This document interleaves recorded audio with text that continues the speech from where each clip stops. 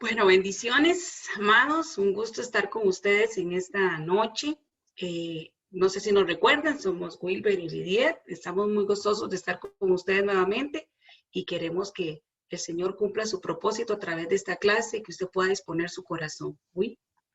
Dios les bendiga, amados.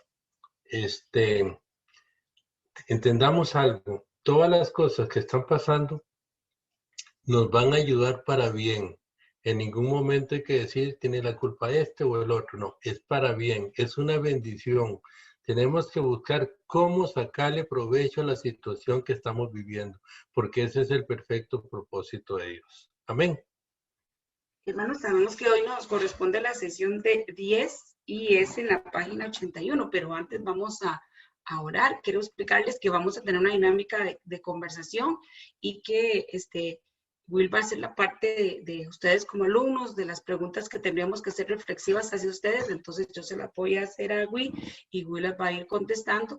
Igual las vamos a tener en la presentación las preguntas y las posibles respuestas que no están tal vez en el libro, en el texto, pero que nos hacen reflexionar en el contenido. Entonces, Will, oramos. Amén. Amado Señor, gracias. Gracias porque tú eres un Dios bueno, amoroso, nos ama. Sí, En todo, Señor, ahí está tu mano linda, preciosa, Señor. En este momento oramos por nuestros hermanos, tus siervos, tus siervas, que te aman, Señor, y han perseverado hasta el día de hoy, Señor, por tu gracia y por tu misericordia. Queremos, Padre, que por favor tú los bendigas, Señor de gloria. Que la enseñanza de hoy, Señor, sea un empuje, Padre, tremendo para la obra, Señor, que tú tienes para cada uno de nosotros. Señor de gloria, que abra nuestros oídos, nuestro entendimiento, Señor, para que podamos entender, Señor, que precisa, Señor, que lo que tenemos que hacer, Señor, porque ya tu venida está pronta, Señor, muy cerca, Señor, y que tenemos que hacer tu obra, Señor. Tenemos que traer a las personas a ti, Señor, para que puedan ser salvas, oh Dios. Te damos gracias, Padre, gracias por cada siervo y gracias por cada sierva, Señor. Tu bendición, Señor, en el nombre de Jesús de Nazaret, Señor. Amén. Así que tome ahí en su libro con seriedad, saquemos este ratito para reflexionar. Hoy vamos a hacer, la clase de hoy es como un estudio del libro de Hechos, pero desde una perspectiva de cómo se cumplió el propósito de Dios en el discipulado. Antes de hacerlo, de iniciar, queremos darles una motivación. No dejemos el trabajo del uno a uno, de ese compartir con esa otra persona, de ese tiempo especial que se saca con ella. Si no hay forma de encontrarnos por las restricciones que hay ahora, pues busque formas digitales, una videollamada, busque formas, pero sigamos adelante porque esto nos edifica, y si estuviéramos presencialmente, pues estaríamos compartiendo de las bendiciones que ustedes han tenido a través de este proceso. No sé si quiere decirle algo del 1-1. Es una bendición. Es más, ahora acá, en el estudio de hoy, usted va a ver cómo aún el mismo Pablo se prestó para este 1-1. O sea que es algo que viene de parte de Dios desde un principio, de parte del Señor Jesucristo para nuestras vidas. Amén. La sesión de hoy se llama Hacer discípulos en la iglesia primitiva. Y vamos a iniciar ahí en la página 81 de su libro. Dice, voy a leerles, dice, los antecedentes de la iglesia primitiva. Después de que Jesús resucitó de los muertos, Él se apareció a sus discípulos y a otros 500 creyentes durante un periodo de 40 días, dándoles muchas pruebas convincentes de que Él estaba vivo. Antes de que el Señor ascendiera de regreso al reino celestial de su Padre, Él dijo a sus discípulos que se quedaran en Jerusalén y que esperaran hasta que recibieran el poder del Espíritu Santo. Les prometió que los prepararía para ser testigos efectivos en Jerusalén, como en toda Judea y Samaria y hasta los confines de la tierra. Esto está en Hechos 1:8. Ellos se reunieron como se los instruyó Jesús, y el día de Pentecostés muchos judíos de varias naciones estaban visitando Jerusalén. En cumplimiento de la profecía de Joel 2:28 y 29, Los discípulos fueron llenos con el Espíritu Santo y empezaron milagrosamente a proclamar las maravillas de Dios en varios idiomas. El apóstol Pedro predicó un poderoso sermón a la multitud y 3,000 personas recibieron a Cristo como su Salvador. La gente empezó a poner su fe en él diariamente y pronto el número alcanzó 5,000 creyentes. A partir de ahí, el número de convertidos creció muy rápido en la iglesia primitiva. Ven, hermanos, que estamos leyendo como un resumen del libro de Hechos, de los primeros hechos que ocurrieron después de que Jesús fue al cielo. Después viene la historia de Esteban. Uno de los líderes de la iglesia del primer siglo se llamaba Esteban, un hombre lleno de fe y del Espíritu Santo. Él continuamente compartía el evangelio, pero algunos de la sinagoga lo acusaron falsamente de blasfemia. Lo trajeron ante el sumo sacerdote, pero en lugar de derrumbarse por la presión, Esteban usó la ocasión para predicar un sermón impactante acerca del Mesías. Los incrédulos líderes judíos estaban furiosos y trajeron a Esteban con violencia a las afueras de la ciudad y lo apedrearon hasta que murió. El joven Saulo de Tarso, un fariseo que más tarde llegaría a ser el apóstol Pablo, vio todo este horrendo espectáculo y estuvo de acuerdo con la muerte de Esteban. Este incidente empezó una gran persecución contra la iglesia de Jerusalén y casi todos los discípulos fueron esparcidos por toda Judea y Samaria y sin embargo ellos fueron predicando de las buenas nuevas acerca de Jesús por donde quiera que iban. Es interesante, güey, porque el cumplimiento de la palabra que Jesús le dio tuvo que sufrir persecución. Cada vez que la iglesia estaba muy cómoda, que la iglesia estaba muy tranquila, inmediatamente hubo persecución y la iglesia tenía que correr más allá para llevar el evangelio, más allá para llevar el evangelio. Cuando se empezaba a sentir cómoda, venía otra vez la puya de la persecución y los esparcía. Yo me quedo analizando en momentos como hoy, con lo que está pasando, digamos, a partir de hoy, si tuvimos culto y fue el último culto, no sabemos hasta cuándo, reunidos en presencial. Pero nosotros podemos aprovecharnos a través de WhatsApp, a través de Instagram, a través de Messenger y empezar a predicar a Jesucristo. O sea, podemos aprovecharnos. Si estamos en esto es porque el Señor está detrás de esto, entonces. Continuamos ahí donde dice, Saulo continuaba con su esfuerzo para destruir la iglesia e iba de casa en casa arrastrando a hombres y mujeres a la cárcel. Pero algo extraordinario pasó cuando él iba a la ciudad de Damasco para perseguir a los cristianos que ahí vivían. Si gusta leer ese versículo, Will. Una luz del cielo relampagueó de repente, y a su alrededor. Él cayó al suelo y oyó una voz que le decía, Saulo, Saulo, ¿por qué me persigues? ¿Quién eres, Señor? Preguntó. Yo soy Jesús, a quien tú persigues. Hechos 9:3-5. Saulo humildemente se convirtió en creyente, fue bautizado y empezó a tener compañerismo con los creyentes de Damasco, o sea, con los mismos discípulos que antes quería llevar a la cárcel. Poco después de su conversión, Saulo empezó a proclamar que Jesús es el Hijo de Dios, así que los judíos constantemente conspiraban para matarlo. Protegido por el Espíritu Santo, más tarde viajó a Jerusalén buscando reunirse con los discípulos del Señor. Esto nos guía al ministerio de Bernabé, uno de los primeros hacedores de discípulos de la iglesia primitiva. Ciertamente aquí podemos ver una persona, pero era un mujer que estaba en toda la iglesia, pero aquí se resalta, escrito en el libro de Hechos, el trabajo de una persona. Tal vez si lees ahí debajo, el ministerio de Bernabé. José, un levita natural de Chipre, a quien los apóstoles llamaban Bernabé, que significa consolador, vendió un terreno que poseía, llevó el dinero y lo puso a disposición de los apóstoles. Hechos 4:36-37. Aquí llamamos su atención para que vean ahí la pregunta, para que vean ahí la pregunta y se la voy a hacer ahora a Wilber y ustedes lo piensen. ¿Cuál era el verdadero nombre de Bernabé? José. José. Ok, muy bien. Ay, ¿Qué dice? Muy bien, José. Ahora viene otra pregunta. ¿Por qué piensa usted que los apóstoles le cambiaron el nombre? Mm, Creo que tal vez porque él era como una persona que buscaba que todo el mundo estuviera en paz. Pienso, ¿no? Creo que tal vez es. Ok. ¿Por qué la vida de Bernabé fue una vida de ejemplo del ministerio espiritual?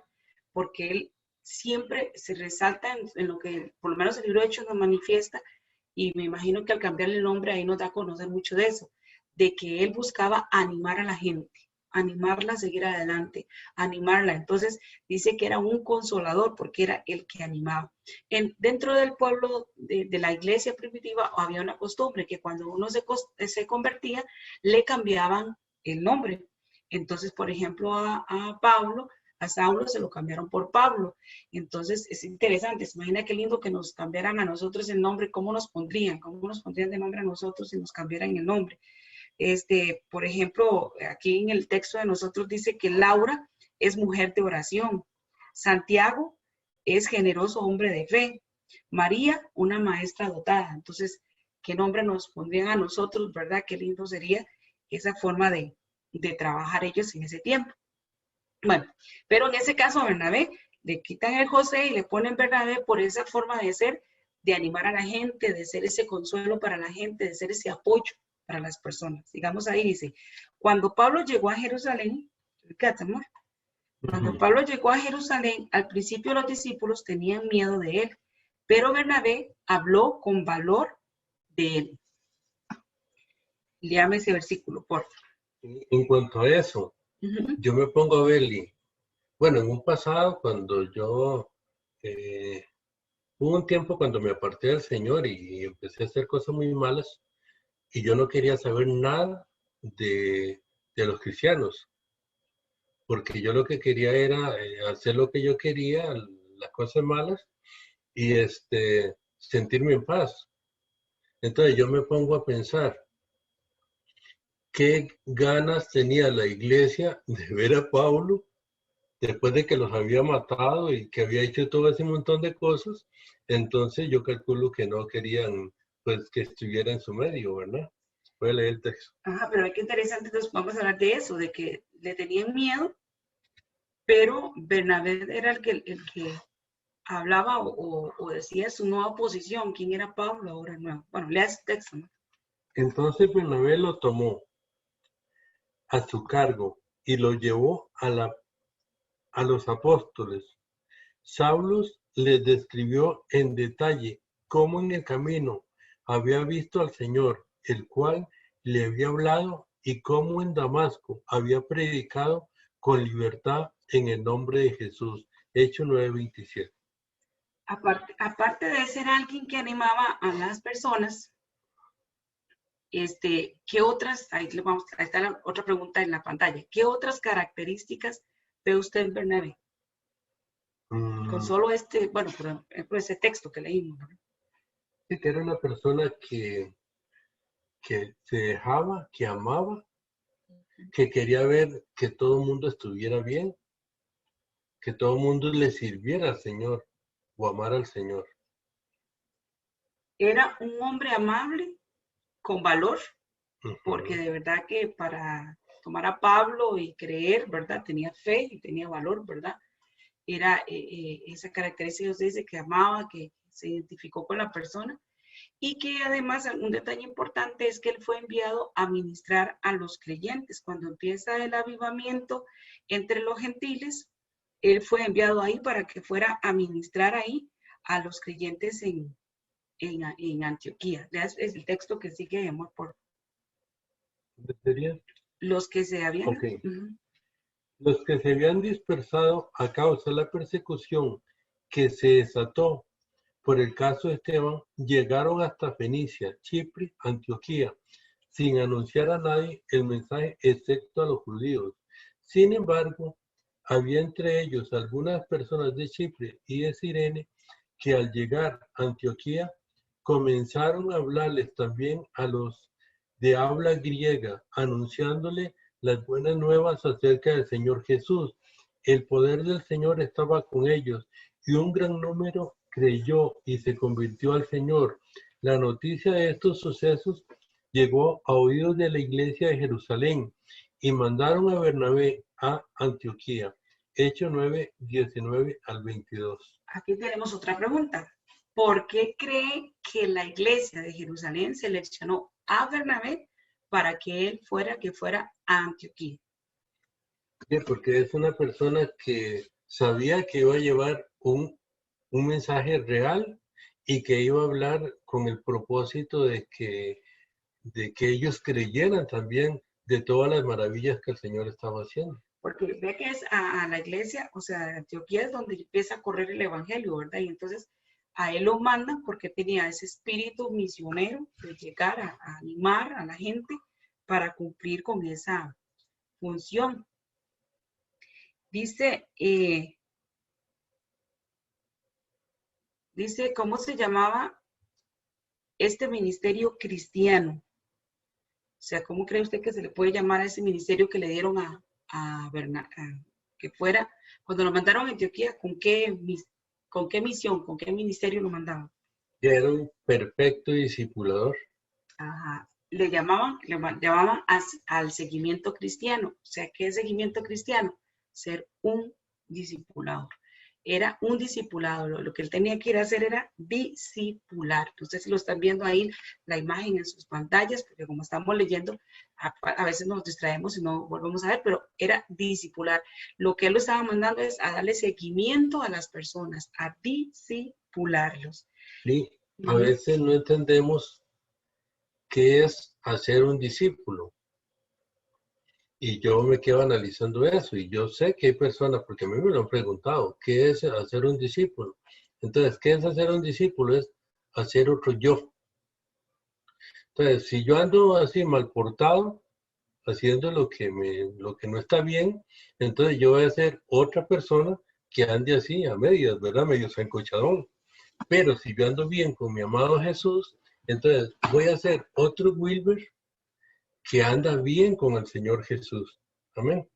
Y en ese caso, lo importante del discipulado o la obra que hizo Bernabé, y que tal vez tenemos que identificarnos y que lo que queremos entender a través de esta lección es que se vivió en la iglesia de los inicios, esto fue palpable, era la identificación, no era solamente se convirtió, se tiró la semilla, sino el que voy a estar en las buenas y las malas, aquí estoy a la par suyo, Amén. estoy para animarle, que era lo que tenía Bernabé, ¿verdad? Tal vez si lees ahí, cuando él llegó, Cuando él llegó y vio las evidencias de la gracia de Dios y se alegró y animó a todos a hacerse el firme propósito de permanecer fieles al Señor, pues era un hombre bueno, lleno del Espíritu Santo y de fe. Un gran número de personas aceptó al Señor. Hechos 11, 23, 24. vamos a resaltar esas palabritas que están ahí. Un gran número de personas, así se los puse en la pantalla, un gran número de personas aceptó al Señor. ¿Qué le dice eso a usted de ese gran número de personas? De que si nosotros empezamos a hacer la obra del Señor, lo que el Señor no nos está mandando ahora, no, nos mandó desde el momento cuando Él se iba. Si empezamos a hacerlo, un gran número de personas va a llegar al conocimiento del Señor y van a llegar a nuestra congregación. Veamos ese texto, veámoslo más detenidamente donde dice, cuando él llegó y vio las evidencias de la gracia de Dios, se alegró y animó el trabajo de Bernabé, ¿verdad? El ministerio de él. Animó a todos a hacerse el firme propósito de permanecer fieles al Señor. Lo que vino a hacer Bernabé fue al pueblo animarlo que fueran fieles. O sea, les dio ánimo, estuvo a la par de ellos. Pues era un hombre bueno, ya no Espíritu Santo. O sea, su enseñanza, su palabra los animó. Y el fruto fue no exactamente de la predicación, porque lo hizo con la iglesia. Pero el fruto fue que un gran número de personas vino. O sea, lógico, la iglesia animada, la iglesia bendecida, la iglesia entrenada, la iglesia formada, ¿qué hizo? Ganar un gran número de personas. O sea, lo que hizo fue, él se proyectó a la iglesia y la iglesia se proyectó a las otras personas. Entonces, hubo ahí completamente el ministerio que el Señor o la obra que el Señor quiere que nosotros hagamos. Sigue leyendo ahí donde dice, cuando una iglesia provee un proceso discipulado de vida a vida diseñado para equipar a los nuevos convertidos, el testificar y la multiplicación evangelística empieza a producirse de manera natural. ¿Qué es esto entonces? Que usted, amado líder, está siendo formado para que en su iglesia usted forme personas para que hagan discípulos y estas van a ganar automáticamente, o sea, es algo que viene de fruto natural, la multiplicación, cuando la gente está animada, apasionada por el Señor, entregada al Señor, entonces por fruto viene la multiplicación. Dice, la multiplicación avanza a través del testimonio de los más dedicados miembros de la iglesia en combinación con los creyentes más nuevos. El ministerio de vida a vida de la iglesia primitiva continuamente producía generaciones nuevas de líderes cristianos a través de la amistad. Este método relacional del ministerio llegó a ser la experiencia normativa de los cristianos del primer siglo. Entonces, Bernabé sabía que Pablo había sido llamado para ser un apóstol a los gentiles y que vivía en Tarso. Así que viajó allá a buscarlo. O sea, cuando él se da cuenta de Pablo, él dice, esto viene para hacer una bendición, esto tiene un propósito. Si quieres, lees el versículo. Partió Bernabé para Tarso en busca de Saulo, y cuando lo encontró, lo llevó a Antioquía. Durante todo un año se reunieron los dos con la iglesia y enseñaron a mucha gente. Fue en Antioquía donde los discípulos se les llamó cristianos por primera vez. Hechos 11, 25, 26. Aquí le hago una pregunta. ¿Por qué Bernabé tomó tiempo? ¿Por qué cree usted que Bernabé tomó tiempo para ir a buscar a Saulo?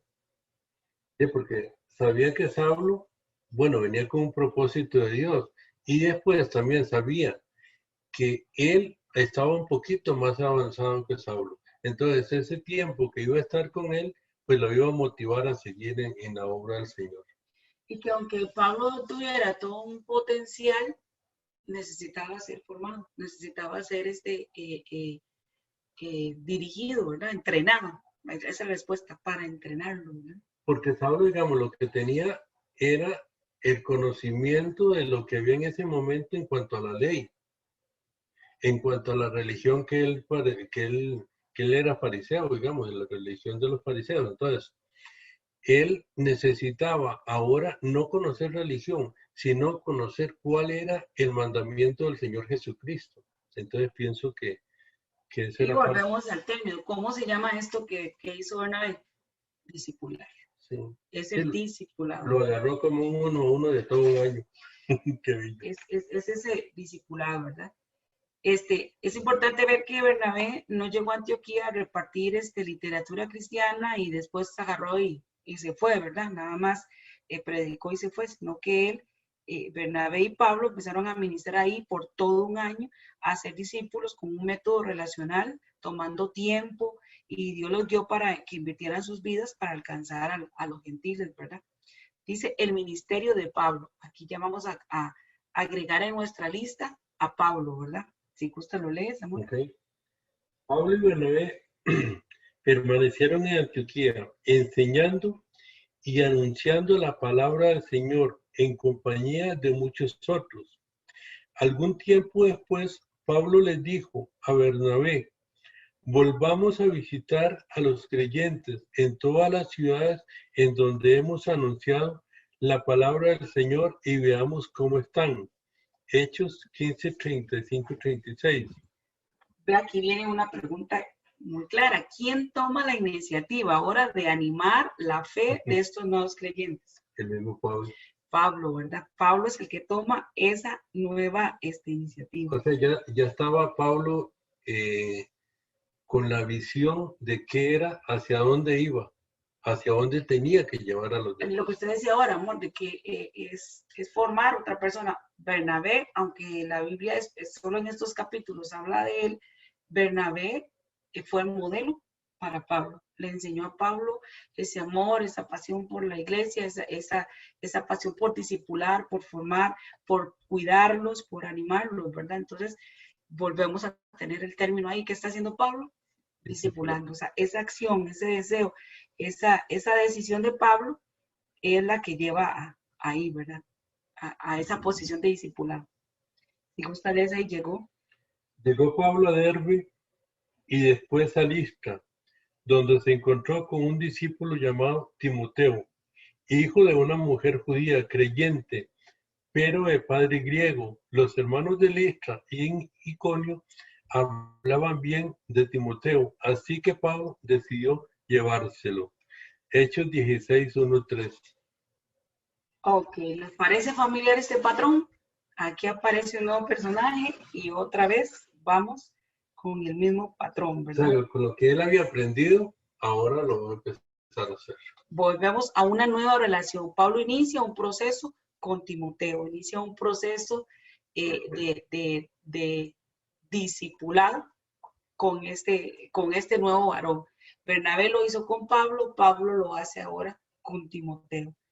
Entonces, aquí tenemos un ejemplo claro de lo que, cómo la iglesia primitiva vivió lo que el Señor nos enseñó y lo que quiere que nosotros vivamos.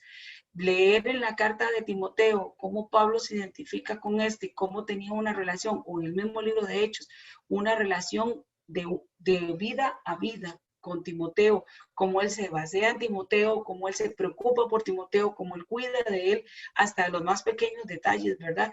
Y que así lo había hecho Bernabé con Pablo. Ese es el propósito de Dios.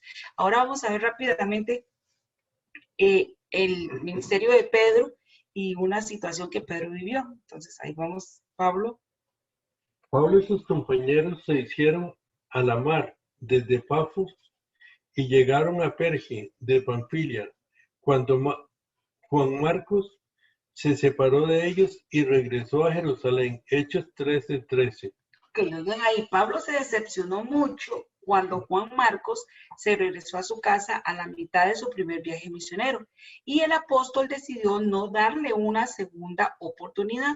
Sin embargo, Bernabé no estaba de acuerdo y quería que llevaran a Juan Marcos otra vez. Yo creo que todos hemos leído este altercado que hubo ahí entre Pablo y Juan Marcos, cómo Pablo manifiesta que no está de acuerdo con que Juan Marcos tome esa decisión, pero Bernabé insiste en que sí. Dice, después de que Juan Marcos fallara tan miserablemente en su primer viaje misionero junto con Pablo y Bernabé, él se regresó a Jerusalén. Después de un periodo de recuperación espiritual, el apóstol, ¿cuál apóstol? Pedro. Pedro, empezó a invertir su tiempo en la vida del joven Juan Marcos. Viene aquí otra pregunta. ¿Por qué cree que Pedro era la persona ideal para discipular a Juan Marcos? Ya, imagínense que Pedro en algún momento había negado al Señor Jesús, se había completamente apartado de él y ahora él es la persona que tiene la capacidad para traer a Juan Marcos y encaminarlo así como el Señor lo había encaminado a él.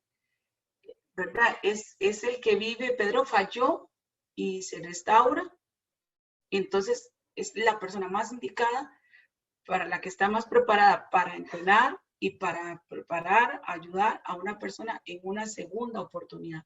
Porque Juan Marcos había tenido la primera oportunidad, pero no sé si por temor o qué fue lo que lo hizo retroceder, pero Pedro podría creer porque Jesús creyó en él, ¿verdad? Y restauró en él, ¿verdad? Entonces esto nos trae a nosotros una gran esperanza, ¿verdad? Nos trae una motivación que tenemos que tener en cuenta, que está en Primera de Pedro 5:13. ¿Verdad? ¿Es lo que sigue? Aquí estoy, sí. Saludos. Saludos de parte de la que está en Babilonia, escogida como ustedes, y también de mi hijo Marcos. Primera Pedro 5:3, qué lindo, ¿verdad? La expresión También. de él, o sea, Dios es un Dios de segundas oportunidades. Amén. Entonces, ese texto nos lleva a entender la posición que llegó a tener Marcos para Pedro, ¿verdad? Que hasta lo menciona como su hijo, se identifica, ¿verdad?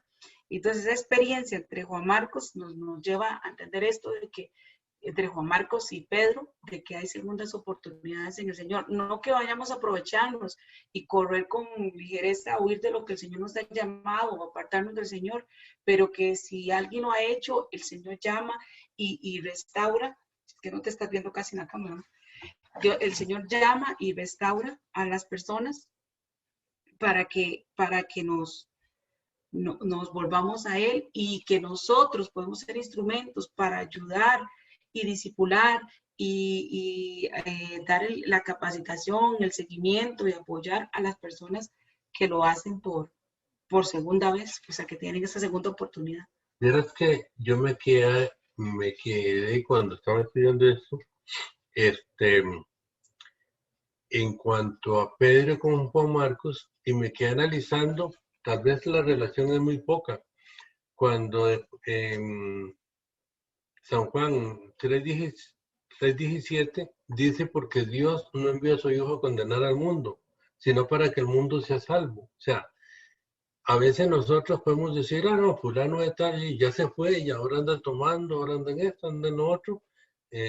Prácticamente como decían los abuelos, que lo lleve el diablo. No es ese el propósito. O sea, el propósito es que así como el Señor nos ha dado esa oportunidad a nosotros también podamos atraer a esta persona y empujarlo y ayudarlo. Y tal vez esa persona se fue para atrás. ¿Por qué? Porque no había sido formado todavía, no era un discípulo, era una persona que había que agarrar y trabajarlo y ganarlo para el Señor. Por lo menos creo esto.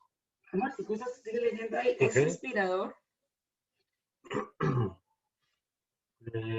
Sí, para ver. Ajá. Es inspirador darse cuenta de que un hombre que en una ocasión huyó de su ministerio, después escribió el primer evangelio del Nuevo Testamento. Qué maravilloso privilegio le dio nuestro Señor a Juan Marcos. Su prominencia es el cristianismo. Fue completamente reconocido en la historia de la iglesia. Él claramente sobresalió espiritualmente a pesar de su derrota inicial. Llegó a escribir un evangelio, ¿verdad? El que se echó para atrás, ¿verdad? Entonces, es importante que leamos ese versículo ahí que dice, leámoslo juntos.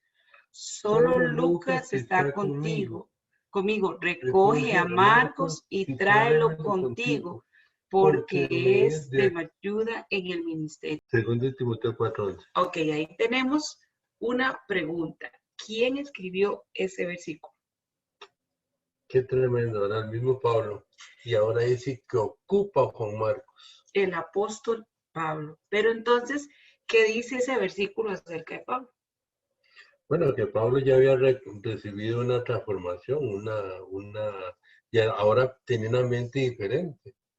Y ahora no voy a juzgar a Juan Marcos, sino que voy a ver qué le saco a Juan Marcos para que juntos trabajemos en el ministerio. Aquí se ve cómo había aprendido Pablo, ¿verdad? Cómo había madurado, había aprendido sobre compasión, sobre dar una segunda oportunidad, humildad, porque no era fácil, o sea, no sé si fue capricho o qué fue de Pablo, nunca he entendido realmente profundamente qué fue y la Biblia no lo manifiesta, pero sí, aquí ya hay una acción de humildad, de reconocimiento, ¿verdad? Otra pregunta es que nos dice ese texto de Juan Marcos. Y que ahora era una persona que había también cambiado y que ya no era, digamos así, como en mi idioma, ya no era un pendejo, ahora estaba dispuesto a ponerse las botas y morir con las botas puestas. Y qué importante que ya él, o sea, había aprovechado la segunda oportunidad. Sí, amén. Porque ya estaba en el ministerio, que siguió adelante gracias, bueno, ¿a quién? A Pedro y a Bernabé, que se preocuparon por él. Bernabé que buscó cómo darle seguimiento y Pedro que lo acogió y todo eso. Entonces, ahí está detrás la voz de esas dos personas que se interesaron, que se preocuparon. Y otra pregunta, ¿cómo aplicamos eso hoy? Bueno, yo creo que en nuestro ministerio no estamos solos. Nosotros vamos a ocupar de cualquier persona, la persona más que veamos que tal vez que no le veamos ni mucha cosa, pero esa persona la necesitamos porque no vamos a salir, no vamos a ganar la batalla solos, tenemos que trabajar codo a codo con los demás hermanos. Y que nunca hay que darse por vencido, ¿verdad? Amén, amén. Que Juan Marcos pudo haber llegado hasta ahí, o Pedro y Bernabé pudieron decir, si Pablo lo desechó, ¿quiénes somos nosotros, verdad? Pero nunca darnos por vencido. ¿Por qué? Porque nos vamos a encontrar en el proceso personas que se quieren rendir fácilmente, entonces tenemos que perseverar, tenemos que creer, tenemos que mirar más allá de lo que el Señor quiere hacer por esas personas, que el Señor nos pone en el camino para que la formemos, para que los capacitemos, para que seamos parte de su vida y de su formación y creamos que el Señor lo va a hacer. Tanto la persona que está ahí como la que se sintió débil, que no se dé por vencido, como nosotros que estamos por ayudarles o por extender la mano. Sí, yo siempre he creído que nosotros tenemos que agarrar a las personas y motivarlos de que ellos crean que son capaces. Porque a veces, y es más, yo mismo, a mí me ha pasado que yo me he sentido incapaz. Yo digo, yo no tengo capacidad para eso. Pero han habido personas que me han motivado, que me han dicho, hermano, usted puede. Es más, y yo he aprendido de decirle a las personas, yo creo en usted, usted tiene capacidad, usted puede llegar a muchas cosas. ¿Por qué? Porque yo sé que Dios en mí, el Señor en mí, me ha dado fuerza, me ha ayudado para poder salir adelante. Entonces, hay que creer en las personas y motivarlas. Y orar por ellas, porque a veces hay personas que usted dice, ya no, lo intenté sí, lo intenté sí, lo intenté sí. Bueno, pues oremos por ellas, creamos en el Señor y cuando el Señor nos diga, volvamos otra vez a intentarlo y a perseverar creyendo en lo que ellos tienen. Y aquí mencionó un texto que está en la palabra de Filipenses 3:13 al 14, donde Pablo dice, hermanos, yo mismo no pretendo haberlo ya alcanzado todo, pero una cosa hago. Aquí es muy importante, olvidando lo que queda atrás, esforzándome por alcanzar lo que está delante, sigo avanzando hacia la meta para ganar el premio que Dios ofrece mediante su llamamiento en Cristo Jesús. Aquí Pablo no se puso a revolcar lo que pasaba con Juan Marcos, sino que se olvidó todas esas cosas y seguimos adelante y perseveramos. Y entonces terminamos ahí en la frasecita donde dice el título, tienen ustedes ministerio relacional. Estos 6 equipos son ejemplos bíblicos de relaciones de hacer discípulos. En cada caso, un creyente espiritualmente maduro adopta y entrena a un creyente más joven. Este ministerio de ser mentor fue para ayudar a su compañero de equipo a cumplir con su llamado. Entonces tenemos ahí, por ejemplo, a Moisés y a Josué. Qué ejemplo, ¿verdad? De formación, de entrenamiento, de vaciarse en la otra persona y de entregarle. Elías y Eliseo. Bernabé y Pablo, que lo vimos ahora, Pablo y Timoteo, también Pablo lo hizo con Tito y Pedro que lo hizo con Marcos. ¿Qué ejemplos tenemos en la palabra de Dios de que así debería ser? No es simplemente tirar la semilla y ahí que Dios haga, sino que realmente podamos ser parte. Ciertamente, tal vez nosotros no lo ganamos o tal vez nosotros lo ganamos y otro le dará seguimiento, pero el propósito de Dios no es que las personas queden tiradas, sino que tengan un ayo, un maestro a la par para que le formen, para que les ayuden, para que sean parte de su vida. Yo creo que estos grupitos, o sea, estas personas que hemos visto, digamos, Moisés y Josué, y cada uno de ellos, yo puedo decir, Wilber, ¿y quién? ¿A quién voy a trabajar? Para que usted, hermano o hermana, diga, yo y fulano o sutana.